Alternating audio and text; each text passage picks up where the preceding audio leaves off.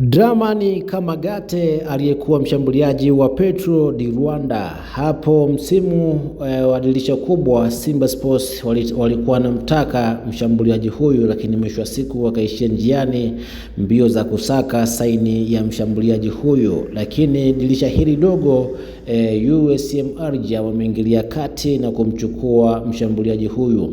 Ameonyesha ubora wa hali ya juu sana. Bila shaka mnyama wangechukua hatua mapema, wangepata hii chuma bonge moja la mshambuliaji kiasi ambacho Waarabu wakaona wasichelewe, wakamchukua dirisha hili dogo ili aweze kawasaidie kwenye michuano ya kimataifa. Bila shaka viongozi wa Simba wanapaswa kuwa makini kwanza kwa hili, kwa sababu mara kadhaa tumeshuhudia wachezaji wakubwa huwa wanawaacha mshasikuwa na kwenda kwenye vilabu vingine na wanaenda kufanya vizuri zaidi kuanzia hapa nchini Tanzania, lakini pia nje ya nchi.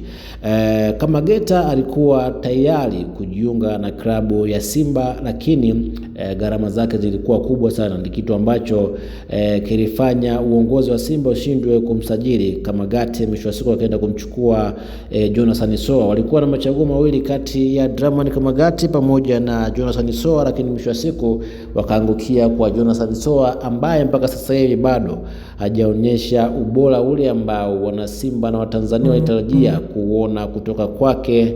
Lakini mwisho wa siku Dramani Kamagate ameelekea Uarabuni, kiasi ambacho itakuwa ni ngumu tena kupata saini yake. Bila shaka uongozi wa Simba unapaswa kuwa makini, kwa sababu mara kadhaa tumeshuhudia saini tofauti wanazifanya, lakini mwisho wa siku wanashindwa kuzifanya wakienda sehemu nyingine na wanaenda kufanya vizuri. Walifanya hivyo kwa Ziziki, wakafanya hivyo kwa Pacome, kwa Yao Kwasi, kwa Max Nzengeri. Kuona jinsi gani kuna makosa yanafanyika kwenye eneo la uongozi wa Simba katika kipindi cha usajili, na wanapaswa kuwa makini sana, kwa sababu Dramani Kamagate huyo kaenda zake Uarabuni. Wangemchukua mapema, pengine wangeuza kwa pesa nyingi, au angewasaidia kwa hali hii ambayo wanayo kwa sasa hivi. Naam, nikukumbushe tu mwanafamilia wa Mam Media, usisahau kusubscribe, kulike, kushare na comment ili uweze kuzipata taarifa zetu za kimichezo, burudani, siasa na matukio mbalimbali kwa urahisi zaidi.